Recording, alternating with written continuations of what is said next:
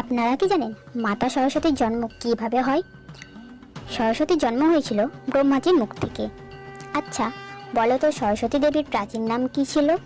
সরস্বতী দেবীর প্রাচীন নাম ছিল বাগদেবী, অর্থাৎ বাণী ও জ্ঞানের দেবী। এছাড়া সরস্বতী দেবীর জল তত্ত্বের সাথেও জড়িত। আচ্ছা, বলো তো সরস্বতী দেবীর আগের রূপ কি ছিল? মাতা সরস্বতী দেবীর আগের রূপ ছিল নদী এবং পরে তিনি দেবী রূপে প্রকাশিত হয়। আচ্ছা, সম্বন্ধ বেদের সাথে কিভাবে হলো? কারণ বেদের জ্ঞান মা সরস্বতীর কাছ থেকে প্রাপ্ত হয়, এই জন্য তাকে বেদমাতাও বলা হয়। আচ্ছা, মাতা সরস্বতীর হাতে কোন বাদ্যযন্ত্র আছে?